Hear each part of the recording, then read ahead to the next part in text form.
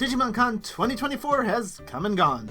As I've already put out some videos this week, you have started to see some of what happened at Digimon Con, some of what we did actually get. But I still haven't actually sat down and talked about what really all it actually was. What we did get, and for many of us, more importantly, what we didn't get. If you were expecting things from it, you probably got it. If you were hopeful that you would get something more out of it, you were probably disappointed about what we got. Is it Doomsday and Bandai has abandoned Digimon and it's all over? No, I don't think so. It does feel like certain departments of Digimon have been getting neglected, and I hope that sometime soon we might be able to get a little more about that. So let us dive into, section by section, what Digimon Con was and what it actually gave us in 2024. So to start, it started with music. I will not go very deeply into the different music that was done here. It was quite a bit of music from the video games in the video games section, from a few different animes in the middle sections. It was a decent variety. Music doesn't do much for me. And then immediately after that, we get our first section of the real-time Agumon Talk, which for the entire very first section had absolutely no subtitles. And that continued the whole time, nor did the one person there who spoke English help us in the English section. Later on, in the other Agumon real-time talk sessions, I'll just talk about them all at once while we're here, they did do better. Where apparently Agumon was talking about one of his favorite things if he could be any Digimon was to be able to fly. Well, since supposedly this is Tai's Agumon, he already can fly in higher forms, but I guess he can't do that without Tai's help, so maybe that's what we're going with. But also, if this is Tai's Agumon we're talking to, how are we talking to him? For those of you who know anything about the current Digimon Adventure timeline, he's kind of gone? Okay. But it was a little cute, like you're talking about going to Mount Miyaharashi to visit Meramon with some of his favorite pastimes. The adventure will never end. Every day is an adventure. I mean, he was cute. From when I could actually, understand him a little bit, because the guy in English actually somewhat translated and told us some of what was being said. It was fine, it was cute. But it was another thing that really felt like, especially for us in English, it was a tacked on thing and much more difficult to do, even though there was an English-only version of this stream. But we'll get more into that later. Just know that for now, there was a Japanese and an English version of the streams. And, gee, I don't speak Japanese, I watch the English version. So next we had the anime section. This is a section I was very hopeful for, and we did get to talk to the three Japanese voice actors for Agumon, Gabumon, and Biyomon. And they were pretty cute, hearing about a little bit of Biyomon's bond having to change over time and things. There was a little bit, some of the trivia they did where, there's how many colors were there for the original Digivice that was shown, whether it was 8 or 9 I was thinking about, but it's 9 because the original white versus the 8 different special colors for all the different Digimon. Okay, that's cool. Then they started asking us some questions that were more about specific things that people among the team developed specifically. Like, I'm sure there's some of you diehard Digimon fans out there that could possibly know this, but 99% of us would have no idea. This is really something only they could possibly know. And so, it was alright. The most curious thing that actually I was always wondering about is they did verify that Giga is the term they use for weight. Because if you look in Digimon Adventure, especially I know in Next Order, it says your Digimon is 32G. I always wondered what G meant. Was it gigabyte? They didn't say it was gigabyte, but they said giga. So I feel comfortable saying that it is gigabyte. That did secure that for me, at least. Even though this wasn't the video game section to confirm that. But I digress.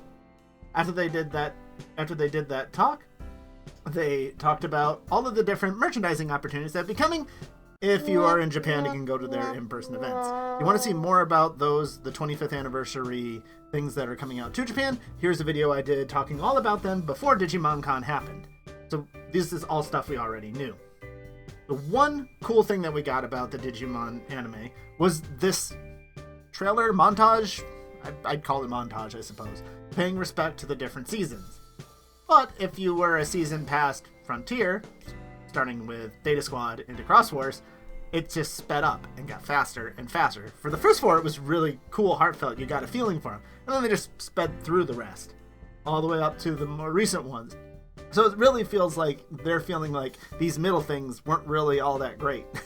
Though they did even speed through the modern things like Ghost Game and the new O2 Beginning movie. So maybe just they ran out of time and just decided to speed through it because it was getting too long. It is like 5.5 minutes. And what a lot of people have been talking about is this line at the end, "The adventure continues." I just took it as, yeah, eventually we're going to get more anime. I really hope that that's the case.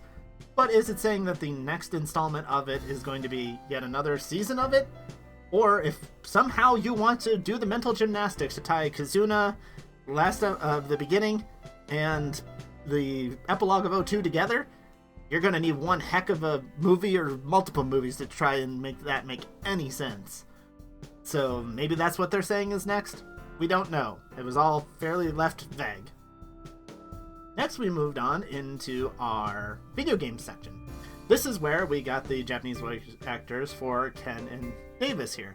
Okay, so as we're going through the sections, we're going through, Original Adventure, then O2. Okay, maybe we'll have Tamers. We'll actually have more of the different voice actors going through to celebrate the 25 years. I'll tell you now. No, that's not at all what we... So what we ended up getting was they did the surveys, which many of you participated in. They had over 20,000 people partake in these surveys. And the big thing that they put front and center and took up most of the time of the video game was the 10 most popular Digimon. Okay, that's fine. Which they went Guillamon, Gallantmon, Beelzemon, All-Force Vidramon, Omnimon, Beelzemon Blast Mode. Beelzemon made it on there twice. And number 4 was just plain old Agumon. People are still very nostalgic about him. Number 3 is Mastemon for the waifu that had to make it up there. Number 2 is War Greymon. Again, going with the originals. And number 1 was Magnamon. That really surprised and confused me, because he really doesn't do much in the games, because this was all based about the games. So that one really surprised me. I could have sworn that, personally, I answered our Ryomon for that, because he was a cool new dragon. The unforgettable scenes people were talking about were, well, pretty much anything that was a cutscene in Hacker's Memory and Cyber Sleuth. Though they did mention Platinum Numamon here, so even the creators did a nod to Platinum Numamon and the abuse of having 3 of them. So cute. Next Order, it was cool that there was the EXE system that was kind of sort of fusion that let you do it for a battle. And then someone talking about how they really love Boney Resort. If any of you have ever actually played Digimon World Next Order, Boney Resort is by far the worst zone in the entire area because it is just impossible to get to one end to the other. It is so long. Oh my gosh. I mean, aesthetically, it's kind of a cool aesthetic, sure, but oh gosh, actually getting anywhere in that area is awful. And a little bit of talk of Digimon Survive with the truthful ending. People talking about a raffle ending. And then there was some talk about a Japanese-only discount. So they didn't subtitle it, so we didn't feel bad, but we knew it was a Japanese-only thing. Okay. And then... Oh, we have a Black Automon appearance again. Ah, you're here to help again? Cool. Which, all of the games leading up until Digimon Con had online discounts. So... I'm not sure what exactly these discounts were that they were talking about, but those also did exist.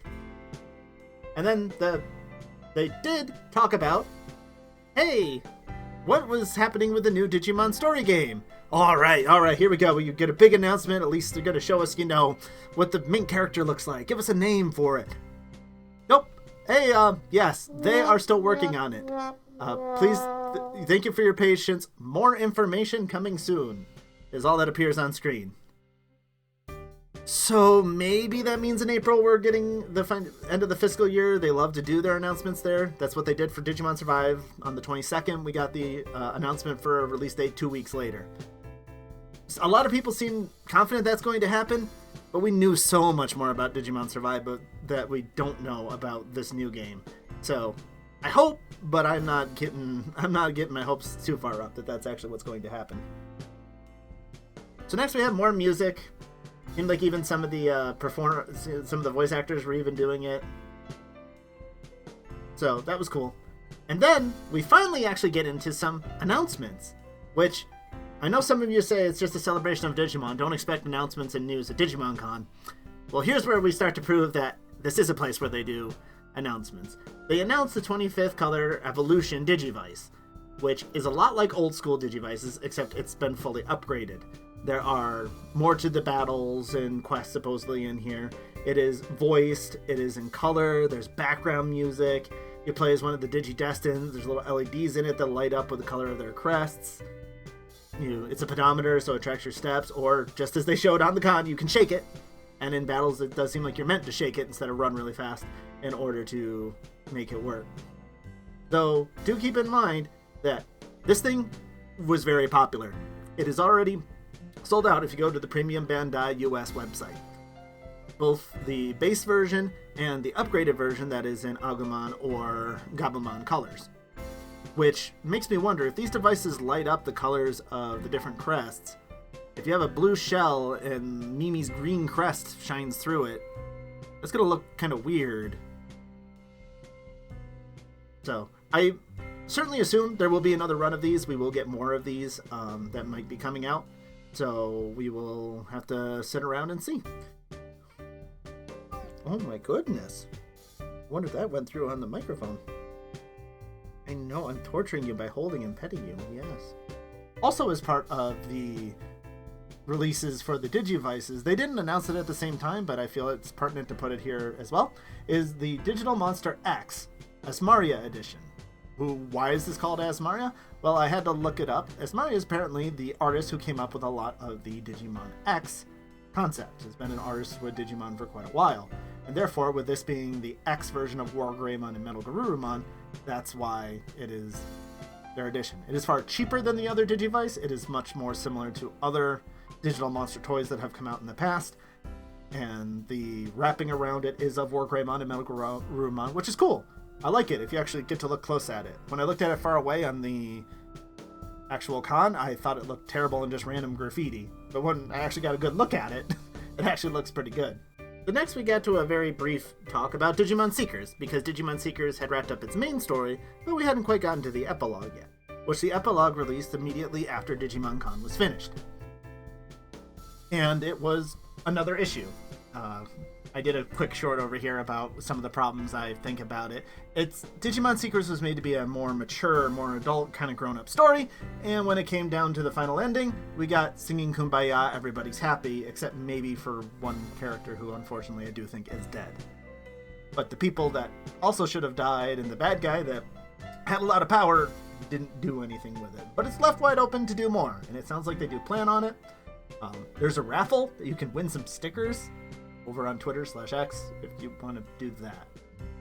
And there they showed off trailers, so if back to back and with a new talking over it that pretty much tells you the whole story. So if you want a nice quick recap without having to read the whole thing, that's a pretty good place to go.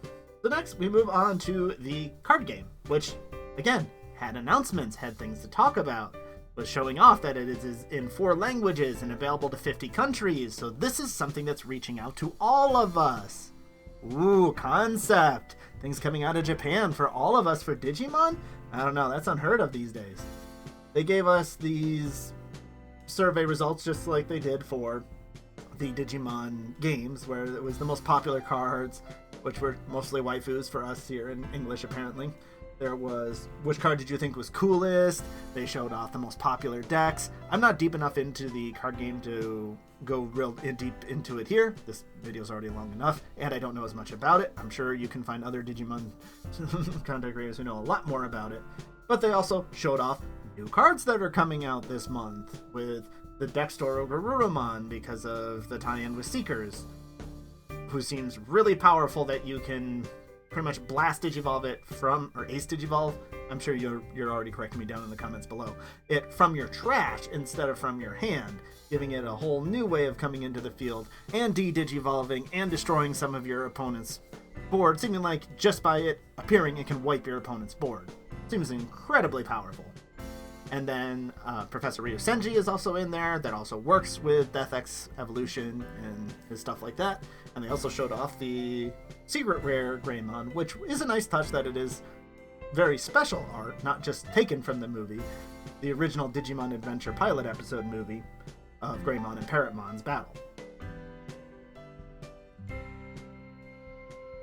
So they showed off that there will be 2 new starter decks coming. As a tie-in to Liberator, they will eventually be syncing up the release schedule for both English and Japanese so that they come out at the same time. So doing like world championships and things like that will become much easier. I don't actually remember them announcing this at Digimon Con, but since we're going through everything about the card game, might as well throw it in here for now. And then we move on to Digimon Liberator. I have an entire video about everything that happened with Digimon Liberator, so we'll go over it pretty briefly here. There is the webcomic that is coming out on April 25th, as we believe coming into it. We didn't have a release date yet. That is the official release date.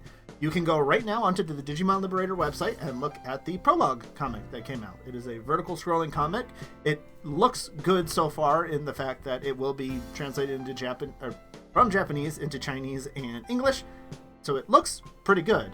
Seekers was really troublesome with the translation, but Dreamers, the manga, has been really good. So I do have some faith that they'll be able to keep that up and do some pretty good things with translating that. But there's also coming a web novel, which has a main character of Yuki and her partner Impmon. It is rumored, they certainly hinted at, he will not go to Beelzemon, so very well this Impmon might be go to Beelstarmon or something instead. We'll have to wait and see.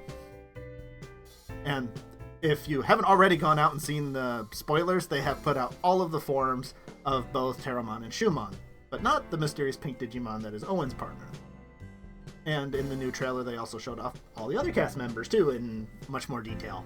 Instead of the promotional poster, just kind of had them over the back and roughly there.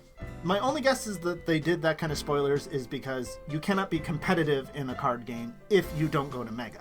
So they're going to be showing them off very early on, them going right to Mega, which could be a problem in storytelling if they really put behind that kind of character growth that makes Digimon so good, in my opinion.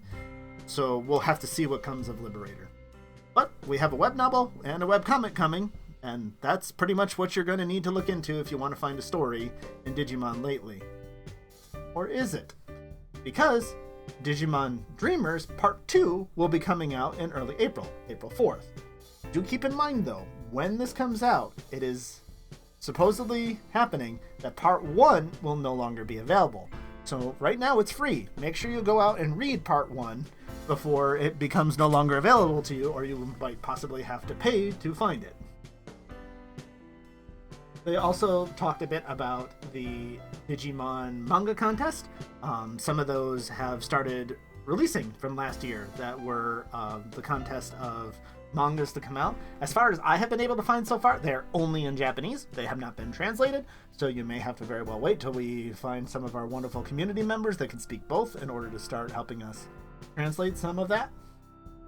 And then we move on just into the final Digimon information section, where we got a lot of merchandising. There's a lot of these cute little figures and things, acrylic stands, all the stuff that they're talking about that they're putting out. I will admit, seeing the Digimon in their more human partners' clothes and the humans in like onesies of their Digimon partners, those are kind of cute. I definitely would not mind having some of those around. Those are quite cute.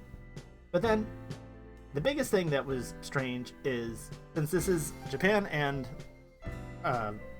English only, we got a section right towards the end of Chinese only things, talking about New Century. They should be getting Source Code, the new mobile game that's coming out then. There's a Digivice they showed off, Chinese only, and plushies that are only available in China. Okay. Ooh, here, you want it? You want it, fans? Here, you're just dangling it in front of our faces, and we can't have it. That is very strange. I'm not quite sure what that was all about. But there's also model kits coming out for Metal Greymon. Looks like something similar to that will be coming out for Pyldramon. I mean, they try to make it, mysterious with the silhouette here, but that certainly is who that looks like to me. And that pretty much wrapped up Digimon Con of everything we did, all of the different sections. So, for the people who defend that, say it's not a place for announcement, it's just a place to celebrate, look at that first hour, and it's, yes, absolutely, I agree with you. But then look at the second hour, and it's all about announcing new Digivices, new toys, new franchises, new stories to tell us. It can't really pick which one it is. And if it was just a celebration of all of the different seasons for the 25th anniversary, It really didn't do a great job outside of that montage that did okay because it sped through half of them. They didn't really talk about all of them. They just kind of talked about Frontier, maybe a little bit of 2020 because they were talking to the voice actors. If you want to talk about that stuff, go back to what they did in the original 2020 Digimon Con, where we actually talked to like producers, writers, and things that like could tell you behind the scenes of like, these are some ideas we had, these are stories we wanted to tell, but we couldn't because of time and whatnot. You know, those I found far more interesting than any of the voice actor talks we've had. And nothing on the game. That really hurt. Even if it was just a sneak peek of the main character, you know, concept art of a digital world. Anything to just give us that little taste. I know they don't want to do another Digimon Survive where we have 4 different delays and everything. I do understand that. But oof. Well, at least we have a lot of other things to keep us satisfied over time for a little bit. We got Digivice, we got Liberator, card game. Those are the main things we got coming. We got Dreamers coming as well. So hopefully that'll be enough to keep us satisfied for a while to come.